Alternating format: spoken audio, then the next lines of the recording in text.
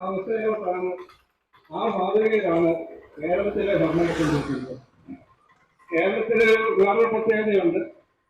നമ്മൾ ഇന്ത്യ രാജ്യത്തിന്റെ റിപ്പബ്ലിക്കിന്റെ ഒരു ഭാഗമായതുകൊണ്ട് കടക്കടികളാകുന്നതിന് ഒരു പരിധിയുണ്ട്. ഇവിടെ ഇപ്പോ ഒരു കുട്ടി ജനിക്കുന്നത് തന്നെ 1.25 ലക്ഷം രൂപയുടെ കടവുമായിട്ടാണ്. കഴിഞ്ഞ 7 വർഷം മുമ്പ്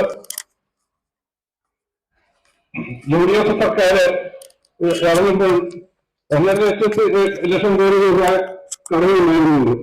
അത് കഴിഞ്ഞ 7 വർഷം കൊണ്ട് കടം വർദ്ധിപ്പിച്ച് ഇപ്പോൾ 4 ലക്ഷം കോടി രൂപയാക്കി മാറ്റിയിട്ടുണ്ട്.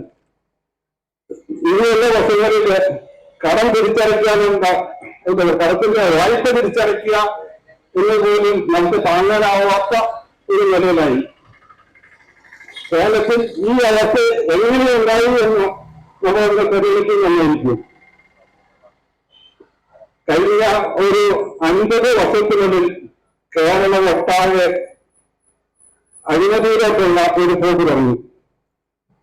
ധാരാളം കോർപ്പറേഷനുകൾ സർക്കാരിന്റെ വക കമ്പനികൾ ആരംഭിച്ചു.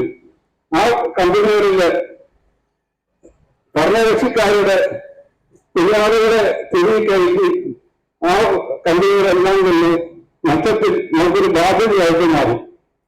1965 ആരംഭിച്ച KSRTC, ജനങ്ങൾക്ക് സേവനം ചെയ്യേണ്ട KSRTC ഇതിന് നമുക്ക് ഏറ്റവും ബാധ്യതയുള്ള ഒരു സർക്കാർ കമ്പനിയായി മാറി. ഇപ്പോൾ വർഷത്തോട് ഏതാണ്ട് 900 കോടി രൂപ നമ്മുടെ നീതിയിൽ നിന്നും KSRTCയുടെ ജീവനക്കാരുടെ ശമ്പളത്തിനും പെൻഷനുമായിട്ട് ചെലവുന്നു. ഈ നിലയിൽ മുന്നോട്ട് പോയാൽ ഇപ്പോൾ ഒറീസയിൽ നിന്നും സ്ത്രീകളും കുട്ടികളെ ജലം പാരായണം ചെയ്താൽ നമ്മുടെ നാട്ടിലും ഒരു പാരായണം ഉണ്ടാവും. ഇപ്പോൾ ചെറുപ്പക്കാർ വിട്ടുകൊണ്ടിരിക്കുന്നു. പല വീടുകളിലും ഇപ്പോൾ പ്രായമായ ഒരു മാത്രമേ ഉള്ളൂ. ആ അവസ്ഥയ്ക്ക് ഒരു മാറ്റം ഉണ്ടാവണം. ഒരു 30 വർഷത്തിന് മുമ്പ് കേരളത്തിലേക്ക് തൊഴിൽ നേടി തമിഴ്നാട്ടിൽ നിന്നും ധാരാളം പേര് വന്നിരുന്നു.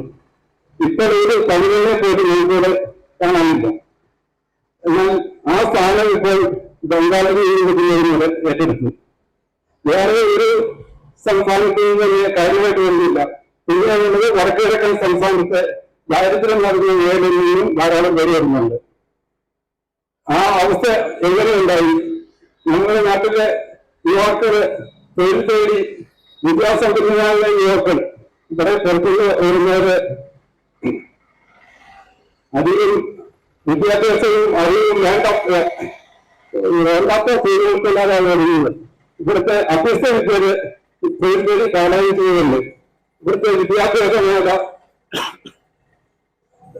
തീരെ മോശമായ അവസ്ഥയിൽ പഠിക്കുന്നത് തന്നെ 10ാം ക്ലാസ് കഴിഞ്ഞാൽ അല്ലെങ്കിൽ +2 കഴിഞ്ഞാൽ വിദേശത്ത് പോയി പഠിച്ച് അവിടെ കയറി അത് പോകുന്ന ഒരു അവസരത്തെത്തി. നമുക്ക് അതിൽ നിന്നൊരു മാറ്റം ഉണ്ടാവണം. അതിനുള്ള ഒരു ചോദ്യത്താണ് ഈ AAP ഉദ്ദേശിക്കുന്നത്. ആം ആദ്മി പാർട്ടി അഴിമതി ഒഴിവാക്കി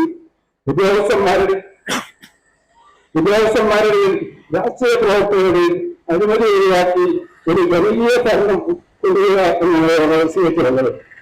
ആ ഒരു AAP അംഗമായി കയറാൻ എല്ലാവരോടും ആഹ്വാനം ചെയ്യുന്നു.